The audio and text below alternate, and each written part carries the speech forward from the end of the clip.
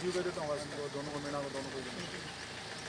इधर से वो डायरेक्ट आगे जाएगा। कैम खानी हॉस्टल मस्जिद लेंगे मस्जिद ले पहले। चलो बोलो मस्जिद मुकदमा चाहिए किसमें कितने बड़े तो वो जिसने प्लॉट काटी है फ्रॉड व्यक्ति है, वक्त बोर्ड के इंक्रोचर है, इसलिए घुमा दीजिए कोई शिक नहीं है। ये जमीन अपनी है, हाँ दरगाह की है, उसके खिलाफ मुकदमा दर्ज कराओ, आप हमसे परमिशन लो, जो भी ये कितना बड़ा लाड़सा हो कोई टेंशन नहीं, बड़े आदमी से लड़ने से बड़े मजा आता है।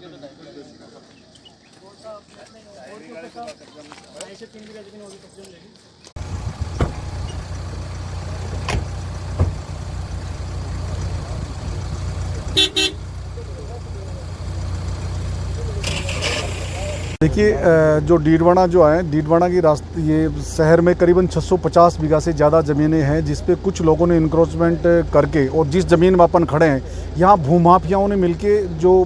पावर या किस तरह का मिसयूज़ करके जब राजस्थान सरकार की ज़मीन को बेचने का कार्य कर सकते हैं। देवस्थान और वक्फ बोर्ड में एक बार ज़मीन देने के बाद कभी भी ज़मीन सेल नहीं की जा सकती अगर प्रशासन किसी तरह का पूर्व या कोई भी प्रशासन अगर इसकी रजिस्ट्री या इसकी नोटरी करता है। जितना 120 बी और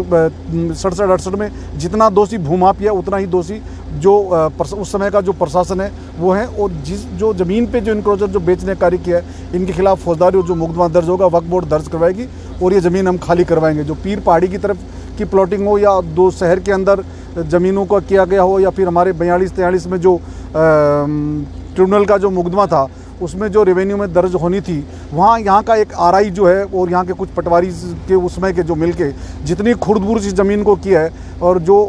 वफ़ के नाम पे जो अपने आप को आरआई मुस्लिम कहता है, लेकिन हमें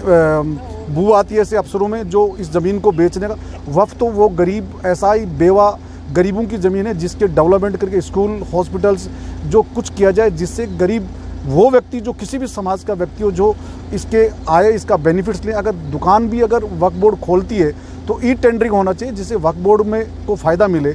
ई टेंडरिंग में कोई भी व्यक्ति किसी भी समाज का आ सकता है जिसमें जो वक्फ बोर्ड या देवस्थान को अच्छा किराया देगा। लेकिन भूमाफिया ये दिमाग से निकाल दे कि मैंने ये ज़मीन जिस जगह में खड़ा हूँ वो ज़मीन जो प्लॉटिंग करके ये ज़मीन बिल्कुल बहुत जल्द ही इसको जो ये